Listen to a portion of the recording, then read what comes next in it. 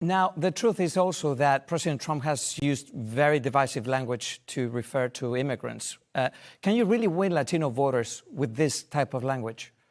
Well, he's specifically talking about illegal immigrants. These are people who broke our laws to come here to this country. And whoever you are and wherever you live in America, if you are a citizen of this country, that probably upsets you because guess what? It's your tax money that's going to pay for these people illegally coming here. It is your tax money that's funding the schools, the hospitals, all of it. And it's very frustrating. And I'll tell you one more thing. The people who oftentimes are most upset about the illegal immigration issue are legal immigrants, people who did the right thing and actually followed the process to come here. And so people can criticize Donald Trump for his rhetoric. The reality was he did secure our southern border. He made sure that those people didn't have to take that treacherous journey up through our southern border. That is terrible for them, terrible for the children, the women who are sexually assaulted, the kids who are used over and over again by the drug cartels to traffic people into this country. It's horrific on all levels. We want it to stop. We want legal immigration in this country. That immigrants are poisoning the blood of the country, that some immigrants are eating pets. He's referred to immigration as an invasion. And Latino voters are immigrants or come from an immigrant family. So do you think this rhetoric really will help to win these undecided Latino voters? What I think people are focused on right now is how their life feels.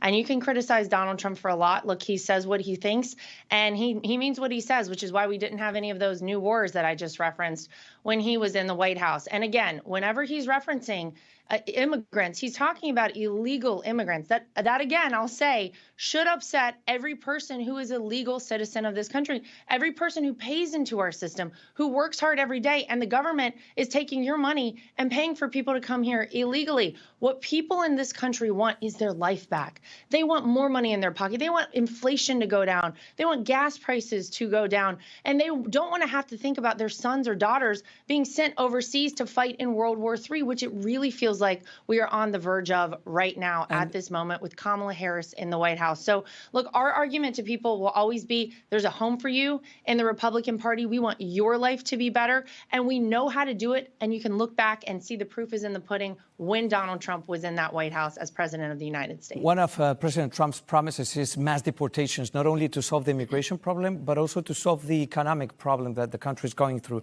So how long do you think that it will take to deport 11 million people undocumented who are living in the United States, according to DHS? How does the timeline look like to you? Well, I think Donald Trump will be the first to say that is a tall order. It's very tough to know where everybody is who's coming to this country illegally. And yeah, you're right, 11 million. It's a lot of people to come in over the past 3.5 years. I think the major concerns for him, and you heard him in his speech probably over the weekend if you saw in Aurora, Colorado, is he has said that he wants to make sure that the first people he gets out, and he's going to work with ICE and he's going to work with Border Patrol and local police departments and sheriff's agencies to ensure that the gangs and the criminals are out of this country. Right now we have 13,000 people who have committed homicide, who have killed someone, sometimes multiple people, who've just been unleashed in this country. That hurts every community. That's frightening to every person. 15,000 people who've committed sexual assault. That's rape and things of that nature. We want those people out of our country. No American deserves to have those folks in their community. And ask the people of Aurora, Colorado, who have had a Venezuelan gang take over an entire apartment complex. This is America. We don't stand for these things. Donald Trump wants to get these people out of our country and ensure that every law-abiding citizen of the United States is safe and secure. And that is what he has promised a day one when he takes office. A number of studies show that undocumented immigrants commit less crimes than American citizens. So yes, there are some undocumented criminals. He wants to deport them. Those are a minority. What happens after that? Will he be deporting the parents of 6 million American citizens?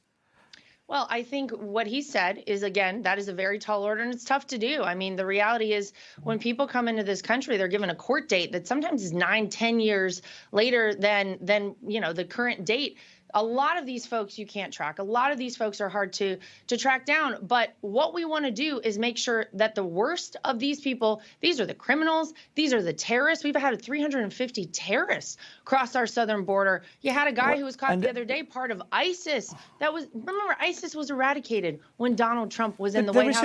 Who wanted to commit some sort of the reason why I'm asking this on election day is because our viewers, some of them might agree with this, deporting criminals, but some of them also wonder if after those bad guys are deported, will good guys be deported also, like TPS beneficiaries, parole beneficiaries?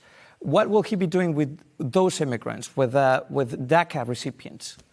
Well, I think Donald Trump will be the first to acknowledge that we do have a broken immigration system. And if these are people who want to go through a process and legally immigrate to our country, maybe we need to have a long conversation about how to ensure that that happens. Because, look, it is a very tough process.